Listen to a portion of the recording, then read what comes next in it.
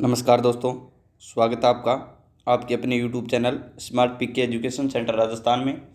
तो आज हम आपके लिए लेकर आए हैं लाइब्रेरी साइंस से संबंधित महत्वपूर्ण टेस्ट पेपर जो DUA librarian exam, UGC net librarian और KVS NVS और जो अन्य लाइब्रेरी से संबंधित एग्ज़ाम हैं उनके लिए बहुत ही महत्वपूर्ण प्रश्न होती है ये। तो शुरुआत करते हैं पहले क्वेश्चन से। बलस्य मूलम विज्ञानम, बलस्य मूलम विज्ञानम यानी कि स्ट्रेंथ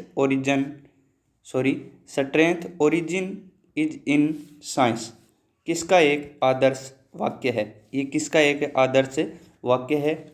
डेसीडोग, इंस्डोग, OCLC या DRDO? तो किसका ये एक प्रकार का आदर्श वाक्य है? राइट आंसर क्या होगा भाई इसमें?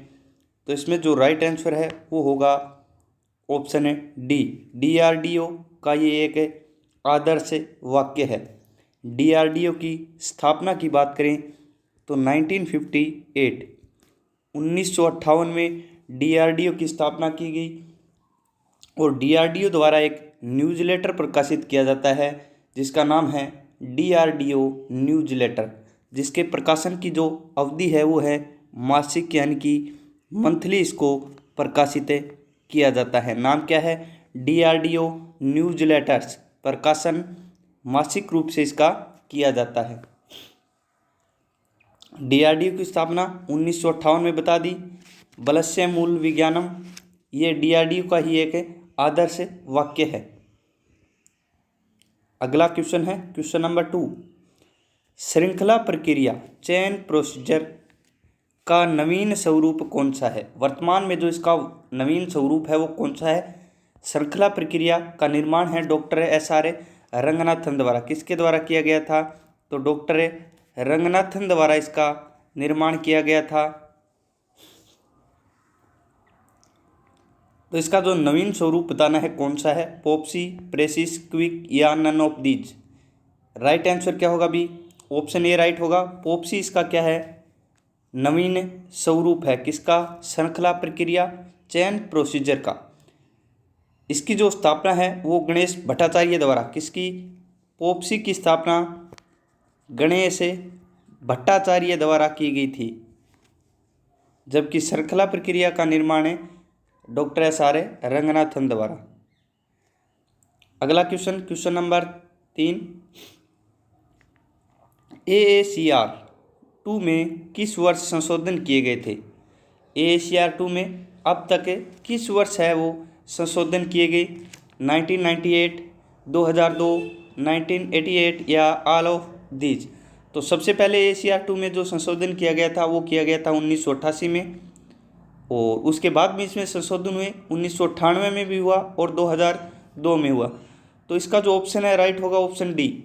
इन सभी तीनों वर्षों में इसका संशोधन किया गया था। AACR 2 का संशोधन सबसे पहले 1988, 1998 और 2002 तीनों वर्ष किया गया। तो ऑप्शन डी क्या होगा इसमें?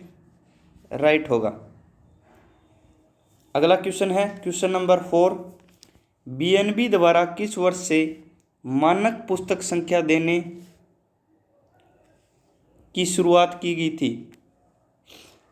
BNB ब्रिटिश नेशनल बिब्लियोग्राफी द्वारा किस वर्ष से स्टैंडर्ड बुक नंबर मानक पुस्तक संख्या देने की शुरुआत की गई?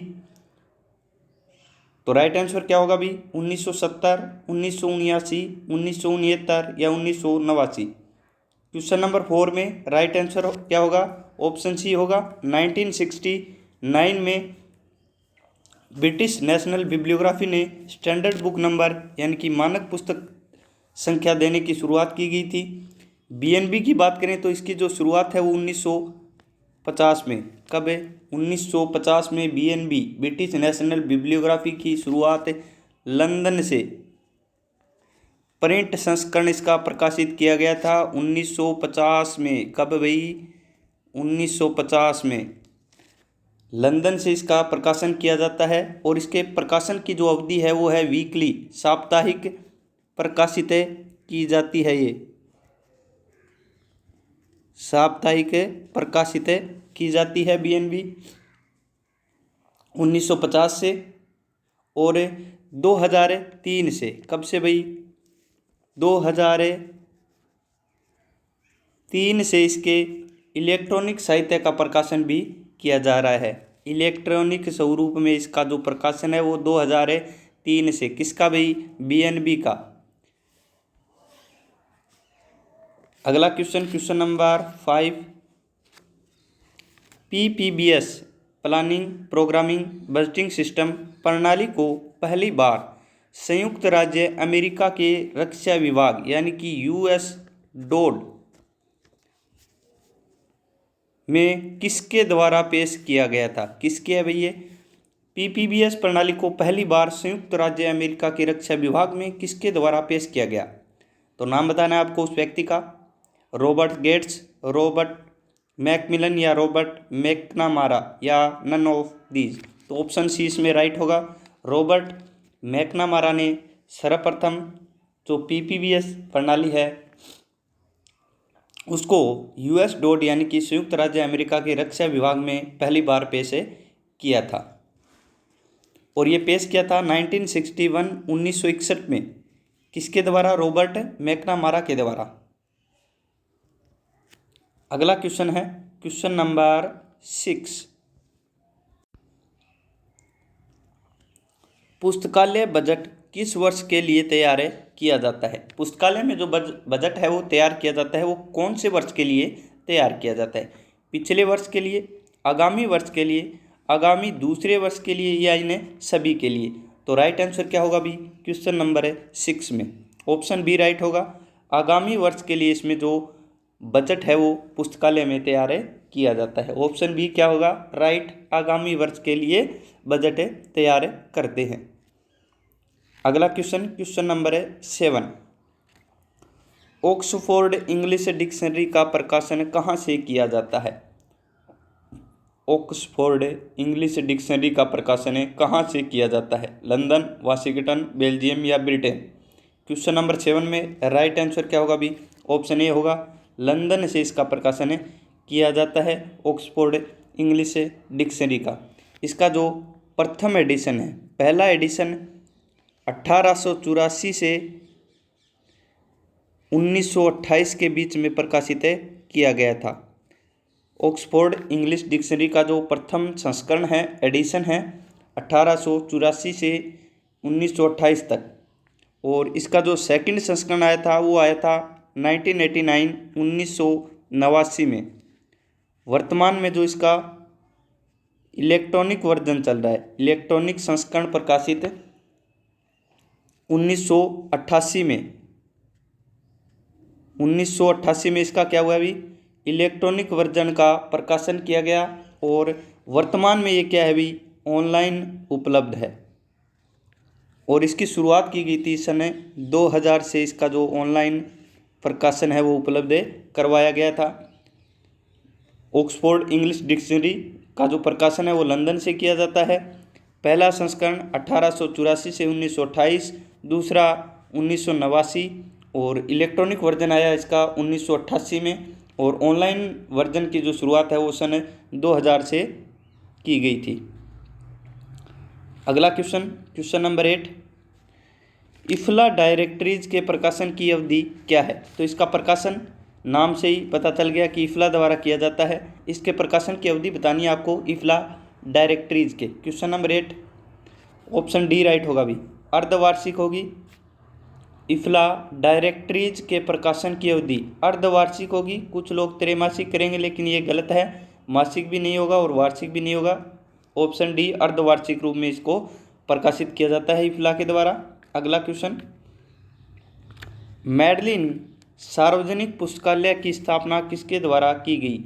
मैडलिन पब्लिक लाइब्रेरी की स्थापना किसके द्वारा की गई थी, यूनेस्को, ALA, ICSU या FID। क्वेश्चन नंबर 9 किसके द्वारा की गई।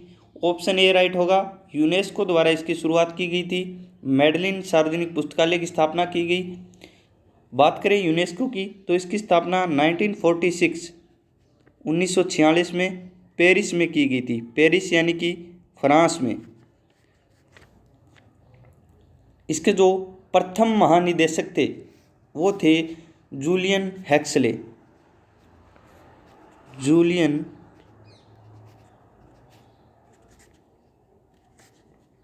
जूलियन हेक्सले प्रथम महानिदेशक थे इसके, किसके? यूनेस्को के। स्थापना की गई 1946 में पेरिस यानी कि फ्रांस में। अगला क्वेश्चन है क्वेश्चन नंबर 10। 1374 में ऑक्सफोर्ड इंग्लिश डिक्शनरी में सर्वप्रथम किस शब्द का प्रयोग किया गया था? 1374 में ऑक्सफोर्ड इंग्लिश डिक्शनरी में सर्वप्रथम किस शब्द का प्रयोग किया गया था? पुस्तकालय विज्ञान, पुस्तकालय, सूचना विज्ञान या इनमें से कोई नहीं। तो राइट आंसर क्या होगा भाई क्वेश्चन नंबर 10 में? जल्दी बताएं भाई, इजी क्वेश्चन है।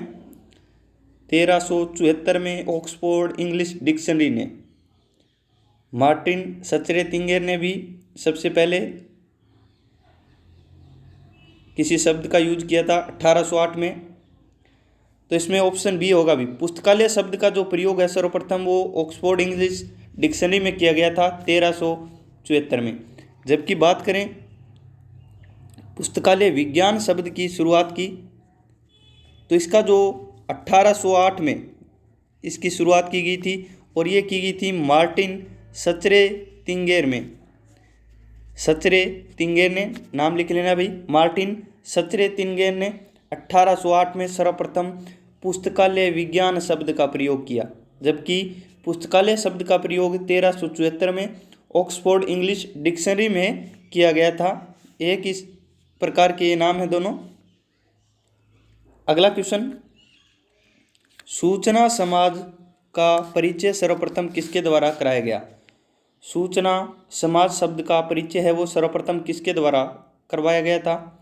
शेनन एंड वीवर द्वारा, बीसमैन, फ्रिट्ज मैचलप या पॉल ज़ुरोक्वास्की द्वारा। तो किसके द्वारा भाई? क्वेश्चन नंबर 11 में राइट आंसर क्या होगा? ऑप्शन सी होगा भाई, फ्रिट्ज मैचलप द्वारा सर्वप्रथम सूचना समाज का परिचय करवाया गया था और ये करवाया था 1933 में इस शब्द का सर्वप्रथम प्रयोग फ्रिट्ज मैचलप द्वारा करवाया गया था। इसके अलावा बात करते हैं पॉल ज़ुरोक्वास्की की, तो इनके द्वारा सूचना साक्षरता शब्द का जो परिचय या सर्वप्रथम यूज किया गया वो पॉल ज़ुरोक्वास्की द्वारा। बीसमैन की भी बात कर लेते हैं।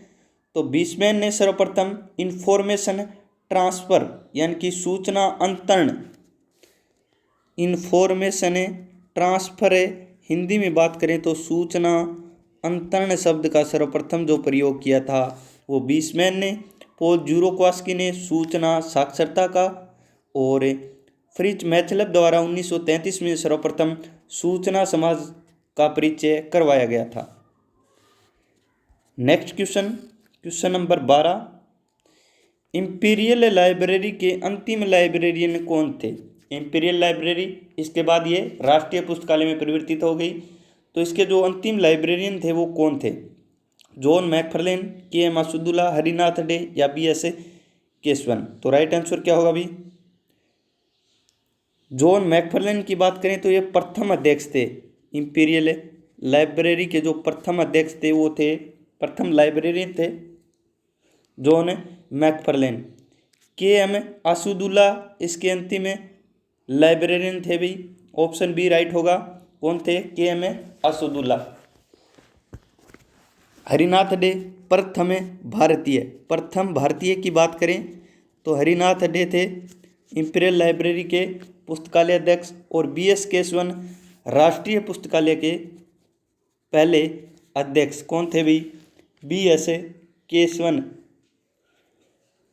तो K M. Asadullah option B right होगा, अंतिम लाइब्रेरियन थे इंपीरियल लाइब्रेरी के। अगला question number 13। Doctor S R Ranganathan ने अपनी पुस्तक 5 लॉज ऑफ लाइब्रेरी साइंस किसे समर्पित की थी? इन्होंने अपने गुरु को समर्पित की थी ये पुस्तक 5 लॉज ऑफ लाइब्रेरी साइंस। इनके 2 गुरु थे, W.C.B. शेयर्स और एडवर्ड बी रोस। तो इनमें से किन्हें इनके द्वारा ये जो पुस्तक है 5 लॉज ऑफ लाइब्रेरी साइंस समर्पित की गई? तो बात करें शेयर्स की, तो ये इनके लंदन में गुरु थे। लंदन में गुरु कौन थे भी? W.C.B. शेयर्स। किसके? डॉक्टर एस आर रंगनाथन के। जबकि भारत में एडवर्ड बी रोस थे और ये इनके गणित के गुरु, मैथ के गुरु थे। और बात करें इस पुस्तक की तो इन्होंने एडवर्ड बी रोस को ही ये पुस्तक है वो समर्पित की थी। ऑप्शन सी क्या होगा इसमें राइट होगा। 5 लॉज ऑफ लाइब्रेरी साइंस जो पुस्तक है डॉक्टर एस आर रंगनाथन ने वो अपने गुरु जो मैथ के गुरु थे इनके एडवर्ड बी रोस को समर्पित की। इनके अन्य गुरु भी थे WCB शेयर्स जो लंदन में इनके गुरु थे। अगला क्वेश्चन, भारत में पेटेंट एक्ट कब लागू किया गया था? भारत में पेटेंट एक्ट कब लागू किया गया था? पेटेंट की अवधि 20 वर्ष की गई थी भारत में, तो ऑप्शन डी राइट होगा। 1970 में भारत में पेटेंट एक्ट पारित किया गया। कब है? 1970 में। अगला क्वेश्चन है, राइडर्स इंटरनेशनल क्लासिफिकेशन किस प्रकार की पद्धति है? राइडर्स इंटरनेशनल क्लासिफिकेशन जो पद्धति है वो किस प्रकार की पद्धति है? लगभग परिगणनात्मक या परिगणनात्मक या लगभग पक्षात्मक या अपरिवर्तनीय पक्षात्मक? तो इसमें ऑप्शन बी राइट होगा भी, परिगणनात्मक पद्धति है ये। राइडर्स इंटरनेशनल क्लासिफिकेशन है वो परिगणनात्मक पद्धति है। इसके अलावा library of Congress classification, library of Congress classification LCC जिसका निर्माण 1904 में किया गया था, ये भी एक प्रकार से परिगणनात्मक पद्धति है। जबकि राइडर्स इंटरनेशनल क्लासिफिकेशन का जो निर्माण है वो 1961 में किया गया था। राइडर्स इंटरनेशनल क्लासिफिकेशन 1961 और लाइब्रेरी ऑफ कांग्रेस क्लासिफिकेशन 1904 ये दोनों ही परिगणनात्मक पद्धति है। अगला क्वेश्चन है, पुस्तक चयन के लिए मांग के सिद्धांत का प्रतिपादन किसके द्वारा किया गया? तो बिल्कुल इजी क्वेश्चन है। पुस्तक चयन के लिए डिमांड एंड सप्लाई थ्योरी किसके द्वारा, मांग का सिद्धांत किसके द्वारा प्रतिपादित किया गया था? तो मैकॉल्विन होगा भी, ऑप्शन ए राइट होगा। मैकॉल्विन द्वारा ये जो मांग का सिद्धांत है प्रतिपादित किया गया था पुस्तक चयन के लिए। अगला क्वेश्चन है, यूनिटर्म इंडेक्सिंग किस प्रकार की पद्धति है? यूनिटर्म इंडेक्सिंग किस प्रकार की पद्धति है? Pre coordinate indexing, post coordinate indexing या दोनों, बोथ ऑफ दीज या नन ऑफ दीज या इनमें से कोई नहीं? तो राइट आंसर क्या होगा भी, ऑप्शन बी होगा। पोस्ट कोऑर्डिनेट पद्धति है ये। यूनिटर्म इंडेक्सिंग है वो पोस्ट कोऑर्डिनेट इंडेक्सिंग में सम्मिलित की जाती है। अगला क्वेश्चन है, सिस्टम स्कूल ऑफ मैनेजमेंट का प्रतिपादन किसके द्वारा किया गया था? सिस्टम स्कूल ऑफ मैनेजमेंट का प्रतिपादन किसके द्वारा किया गया? FW Taylor, Abraham Maslow, L Urwick या पीटर F ड्रकर? तो ऑप्शन सी इसमें राइट होगा। एल उर्विक द्वारा ये जो सिस्टम स्कूल ऑफ मैनेजमेंट सिद्धांत का प्रतिपादन है वो किया गया था एल उर्विक द्वारा। ऑप्शन है सी राइट होगा इसमें। अगला क्वेश्चन है,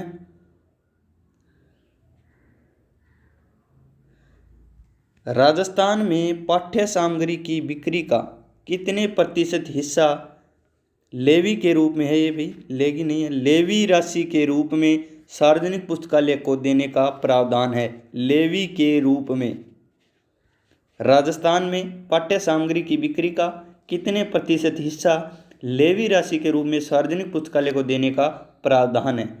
तो राइट आंसर क्या होगा भी, ऑप्शन सी राइट होगा।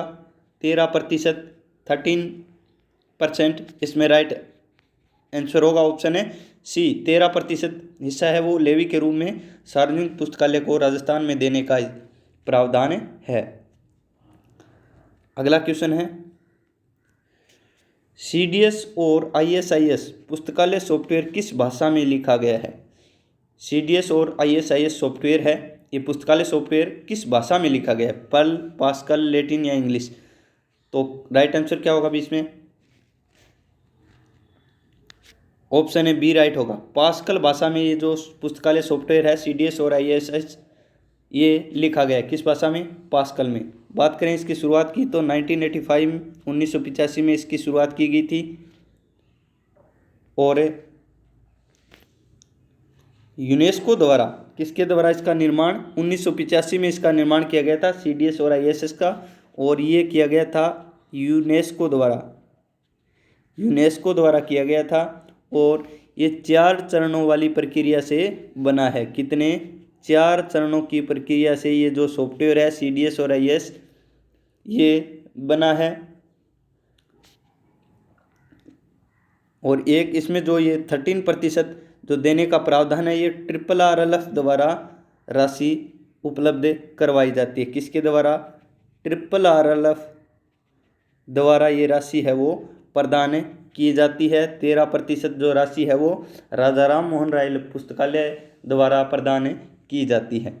तो आज के लिए बस इतना ही दोस्तों। यदि आपने अभी तक हमारे YouTube चैनल को सब्सक्राइब नहीं किया है तो सबसे पहले आप उसे सब्सक्राइब करें और इस वीडियो को ज़्यादा से ज़्यादा शेयर ज़रूर करें। धन्यवाद।